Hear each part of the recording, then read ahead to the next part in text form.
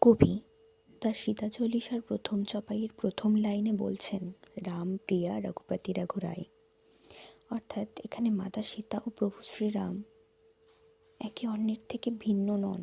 মাতা সীতা হলেন প্রভু শ্রীরামের শক্তি, আর শক্তি ছাড়া স্বয়ং শক্তিমান অপূর্ণ। আমাদের প্রত্যেকের জীবনে শান্তি পেতে হলে আমাদের প্রত্যেককে ন্যায়ের পথে চলতে হবে।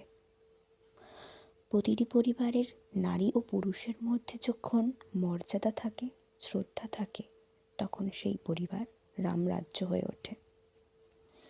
এবং কবিতার প্রথম চপাইয়ের দ্বিতীয় লাইনে উল্লেখ করছেন, বৈদেহীকি কিরাত গাই। মাতা সীতাকে বৈদেহী বলা হয় কারণ তিনি দেহসুখের ঊর্ধ্বে ছিলেন।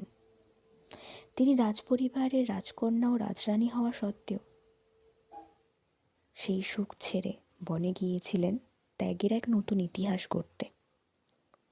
মাতা আমাদের শেখান প্রকৃত সম্মান দামি পোশাক বা গয়নায় নয়, বরং মানুষের চরিত্র আর ত্যাগের মধ্যেই ফুটে ওঠে।